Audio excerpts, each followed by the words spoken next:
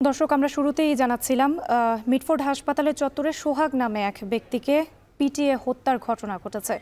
রাজধানীর মিটফোর্ডে ব্যবসায়ীর সেই হত্যার প্রতিবাদ করছে শিক্ষার্থীরা। আমরা সরাসরি যুক্ত হচ্ছি সেখানে।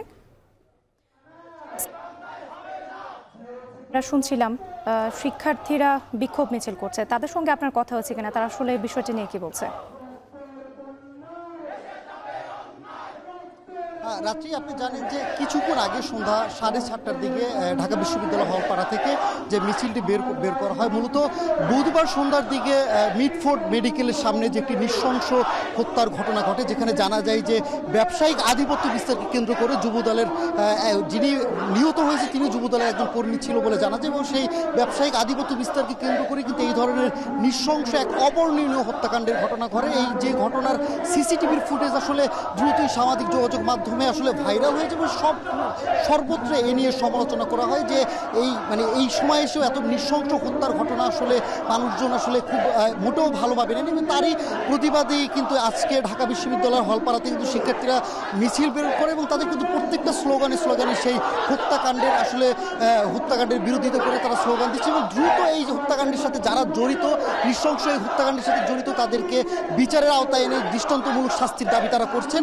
একই সাথে শুধুমাত্র মিটফোর্ডের এই হত্যাকাণ্ডই নয়, সাম্প্রতিক সময়ে দেশব্যাপী যে সকল ধরনের চাঁদাবাজ বা হত্যাকাণ্ডের ঘটনা, ধর্ষণের ঘটনায় যারা জড়িত, এবং এই একই সাথে এখন পর্যন্ত অন্তর্বর্তী সরকার যে কোনো সেইভাবে পদক্ষেপ নিত, তাদের প্রতি আসলে এই স্লোগানের মাধ্যমে তাদের কাছে জবাব চাওয়া হচ্ছে যে এখনও গণ অভ্যুত্থানের প্রায় 1 বছর হয়ে গেল, এখনও কেন এই এত নৃশংস হত্যা চলছে, বা বিভিন্ন স্লোগানের মাধ্যমে কিন্তু তারা প্রতিবাদ জানাচ্ছে। বিশেষ করে বিএনপির যে নেতাকর্মীরা যে বিভিন্ন হত্যাকাণ্ডের সাথে জড়াচ্ছে এরকম অভিযোগ আসছে, সেই সব অভিযোগের ভিত্তিতে কিন্তু তারা প্রতিবাদ জানাচ্ছে এবং তারা স্লোগান দিচ্ছে।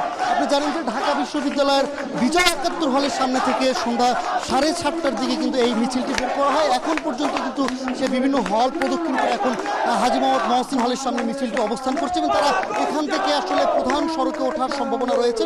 তারা বলছেন যে যতদিন পর্যন্ত আসলে দেশের পরিস্থিতি বা এই ধরনের নৃশংস হত্যাকাণ্ড ঘটবে, তারা কিন্তু প্রতিবাদ অব্যাহত রাখবে। তারা যেটা বলছেন যে গণ অভ্যুত্থানের যে চাওয়া আকাঙ্ক্ষা যেটা ছিল, আসলে সেই আকাঙ্ক্ষা অনুযায়ী কিন্তু এখনো প্রত্যাশা মতো আসলে দেশ আসলে এগোচ্ছে না, এবং একই সাথে এই ধরনের হত্যাকাণ্ড, এই ধরনের ধর্ষণ, চাঁদাবাজি দেশব্যাপী কিন্তু মানুষের মনে আতঙ্ক সৃষ্টি করছে, এবং দ্রুত এসব বন্ধে সরকারের প্রতি পদক্ষেপ নেওয়া সহ যারা যে সকল রাজনৈতিক দলের কর্মীরা জড়িত তাদেরকে বিচার আওতায় আনা, তাদের বিরুদ্ধে ব্যবস্থা নেওয়ার কিন্তু দাবি জানাচ্ছে। তো রাত্রি এই ছিল আসলে ঢাকা বিশ্ববিদ্যালয় হলপাড়া থেকে আসলে প্রতিবাদ মিছিলের সবশেষ খবর আমার কাছে।